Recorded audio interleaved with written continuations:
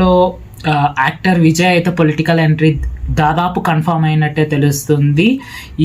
ఈ వీక్లోనే అంటే ఈ వారంలోనే ఆయన ఢిల్లీకి వెళ్ళి పార్టీ పెట్టడానికి ఏవైతే లీగల్ టర్మ్స్ ఉంటాయో అవన్నీ కంప్లీట్ చేయడానికి వాళ్ళ విజయ్ టీంకి అయితే ఆర్డర్స్ ఇచ్చారంట.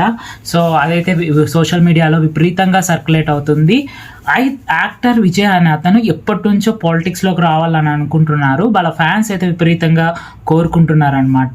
ఈయన యాక్చువల్లీ గత సంవత్సరమే ఆయన పొలిటికల్ ఎంట్రీ అయితే కావాలి, కాకపోతే ఆయననే ఎందుకో పోస్ట్ పోన్ చేశారు. మళ్ళీ ఇప్పుడు రీసెంట్గా ఎందుకు ఆయన పొలిటికల్ ఎంట్రీ ఇవ్వబోతున్నారు అనడానికి చాలామంది విమర్శలు అయితే చేస్తున్నారు. ఇది కేవలం బీజేపీకి అగెనెస్ట్గా కాంగ్రెసే ప్లాన్ చేసి బీజేపీ ఓట్లను చీల్చడానికి అక్కడ విజయ్ తోటి పార్టీ పెట్టిస్తుంది అని కొంతమంది, ఏఎన్డిఎంకే వాళ్ళు ఉంటారు కదా, వాళ్ళే విజయ్ తరపున యాక్చువల్లీ విజయ్ పార్టీ పెట్టడానికి వాళ్ళే పార్టీ ఫండ్ అంతా ఇచ్చి విజయ్ తోటి పార్టీ పెట్టిస్తున్నారని ఏదైతే అన్నామలై ఉన్నారో, సో ఆయనకైతే అక్కడ విపరీతమైన ఫాలోయింగ్ ఉంది.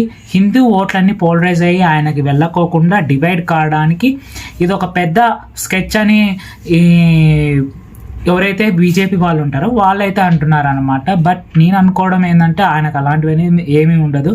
ఆయన ముందు నుంచే కూడా సోషల్ యాక్టివిటీస్లో ఎక్కువగా పాలు పంచుకునే వ్యక్తి. మొన్ననే మనం ఎప్పుడు చూసినా కానీ ఏ విపత్తు వచ్చినా కానీ తన సహాయం అనేది ముందుగా చేస్తాడనమాట, అలాంటి విజయ్ క్యారెక్టర్.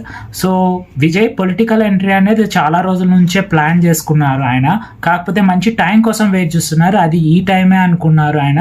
సో అందుకనే ఒక పొలిటికల్ పార్టీ పెట్టి ఎంటర్ అయితే అవుతున్నారు. సో పొలిటికల్ పార్టీ అయితే పెడుతున్నారు, కానీ అజెండా దాని ఏమని చెప్పి ప్రజల్లోకి వెళ్తారనేది పెద్ద ప్రశ్నగా మారింది.